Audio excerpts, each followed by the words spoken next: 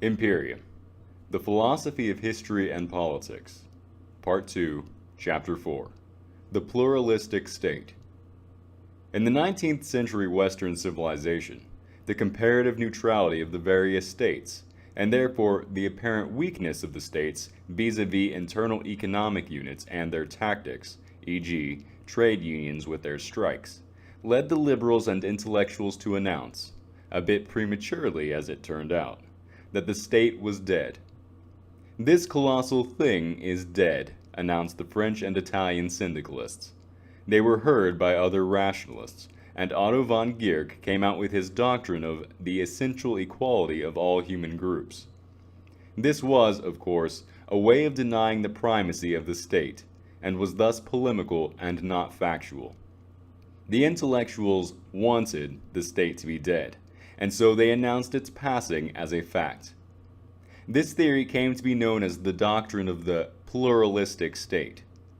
It took its philosophical foundation and its political theology from pragmatism, a philosophy of materialization of the spiritual evolved in America.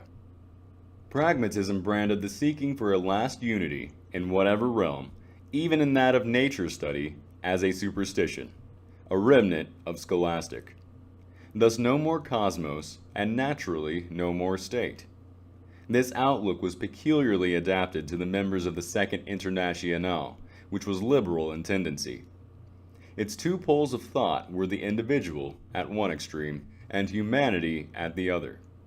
It saw the individual as living in society, as a member of many organizations, an economic enterprise, a home, a church, a Turnverein, a trade union, a nation, a state.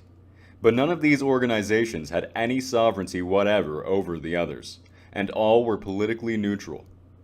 The fighting proletariat of the communists became in such a pluralistic state also a politically neutral trade union or party. All the organizations would have their claim on the individual, who would be bound to a plurality of obligations and loyalties. The organizations would have relations and mutual interests, but no subjection to the state, which would be merely an organization among organizations, not even primus inter pares. Such a pluralistic state is, of course, not a political organism.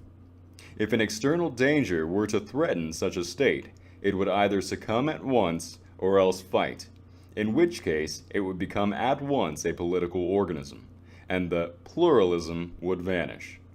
Such a pluralistic thing is not politically viable.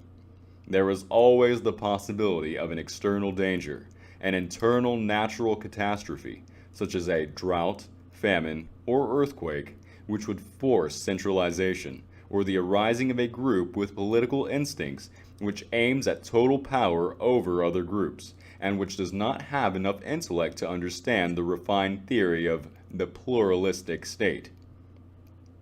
America, before 1914, was more or less such a thing, and from 1921 to 1933, it resumed its pluralism.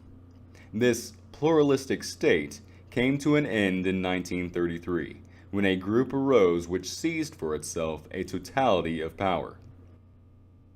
Political theories like pluralistic state, dictatorship of proletariat, Rechtsstaat, check and balance, all have political significance, provided they attain to a certain vogue.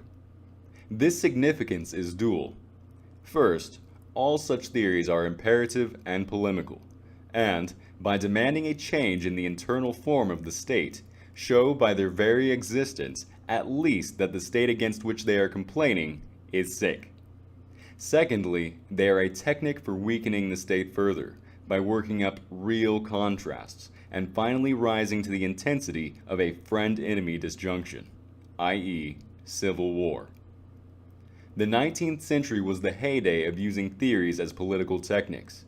It will be as difficult for the 21st century to understand the idea of dictatorship of the proletariat as it is for us to understand how Rousseau's theories could have been the focus of so much political passion. The frightful crisis that occurs in all high cultures when they enter upon their last great phase, civilization, the externalization of the culture soul, is also the birth time of rationalism. As Napoleon said, intellect runs about the pavements in France. Intellect, the externalized, analyzing, dissecting faculty of the soul, applies itself also to politics. The results are a spate of theories, decline in the internal authority of all states, and the calling into question of the internal authority in all states.